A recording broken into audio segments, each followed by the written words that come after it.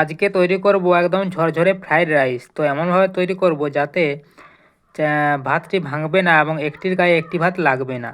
তো দেখাচ্ছি কীভাবে ঝরঝরে ফ্রাইড রাইসটি তৈরি করছি। তো দেখো এই যে ফ্রাইড রাইসটি কত সুন্দর হয়েছে, একেবারে ঝরঝরে। তো তার জন্য এখানে নিয়ে নিয়েছি কড়াইয়ে জল নিয়ে নিয়েছি ভাতটি তৈরি করার জন্য। তো তার উপর এখানে আমি তেল দিয়ে দিয়েছি, সাদা তেল। তো এরপর দিয়ে দিচ্ছি এখানে গোটা গরম মশলা, এতে হচ্ছে লং, এলাচ, দারচিনি। তো এটি এখানে দিয়ে দিলাম। আর এখানে দিয়ে দিচ্ছি পরিমাণ মতো লবণ জলের মধ্যে। তো এরপর এই জলটিকে একবার ফুটিয়ে নেব। তো এই যে দেখছো এখানে জল ফুটে গেছে। তো এরপর এখানে দিয়ে দিচ্ছি বাসমতি চাল। তো এই যে আমি এখানে চালটিকে দুবার ভালো করে ধুয়ে নিয়েছি। তো এই চালটি এরপর এই জলের মধ্যে ঢেলে দিয়ে ভাতটি 90% মতো সেদ্ধ করে নিচ্ছি। তো এই চালটি দিয়ে দিচ্ছি জলের মধ্যে। তো এরপর এটিকে 90% মতো সেদ্ধ করে নিচ্ছি। তো এই যে এখানে ভাত 90% সেদ্ধ হয়ে গেছে। তো এরপর এটি ভাতটি ছেঁকে আর জল দিয়ে ভালো করে ভাতটিকে ধুয়ে নিচ্ছি। তো এই যে দেখছো এখানে ভাতটিকে ছেঁকে ধুয়ে জলটি ভালো করে ঝরিয়ে নিয়েছি। তো এরপর সবজিগুলো ভেজে নেব। তো ফ্রাইড রাইসের সবজি ভাজার জন্য এখানে কড়াই ঘি দিয়ে দিচ্ছি।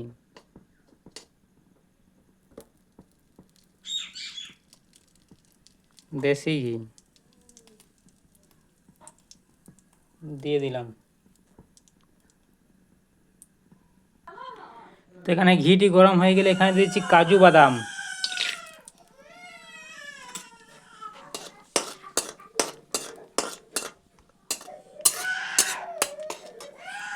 কাজুটি হালকা ভাজা হয়ে গেলে এখানে দিচ্ছি কিচমিচ। কাজু আর কিচমিচটি প্রথমে ভেজে নিচ্ছি। তো এগুলি ভাজা হয়ে গেছে, ওইগুলো তুলে রেখে দিচ্ছি। কাজু আর কিচমিচটি তুলে রেখে দিলাম।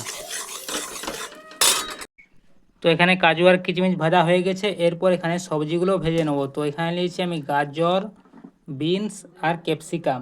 তো এগুলি এখানে ভেজে নিচ্ছি ঘিয়ের মধ্যে। তো আমি এখানে ঘি দিয়ে করছি, তোমরা এখানে সাদা তেল দিয়েও করতে পারো।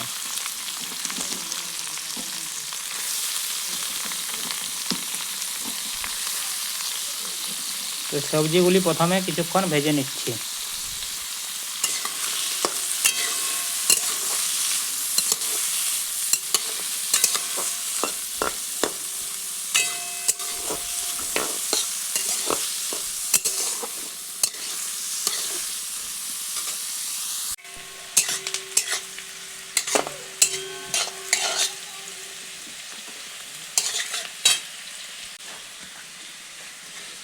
তো এখানে সবজিগুলি প্রায় ভাজা হয়ে গেছে। তো এরপর এখানে দিয়েছি পরিমাণ মতো লবণ।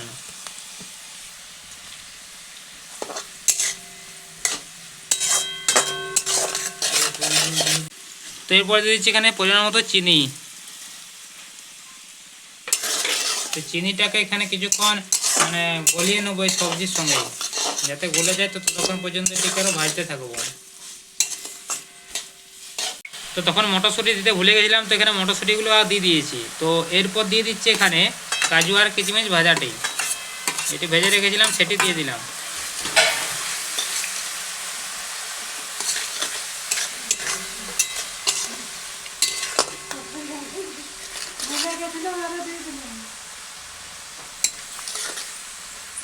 তো এরপর দিয়ে দিচ্ছি যে ভাতটি সেদ্ধ করে রেখেছিলাম সেটি।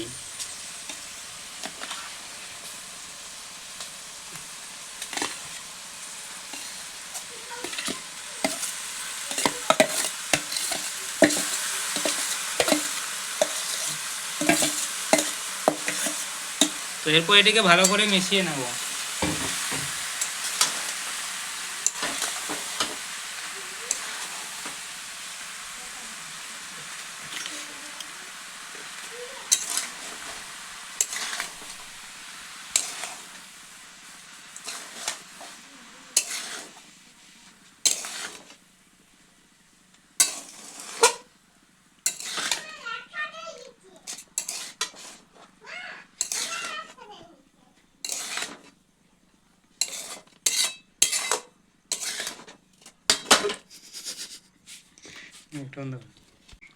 তো তো এই যে দেখো এখানে আমাদের ঝরঝরে ফ্রাইড রাইস রেডি হয়ে গেছে, দেখো কতটা ঝরঝরে হয়েছে, আর একটি চালও ভাঙেনি।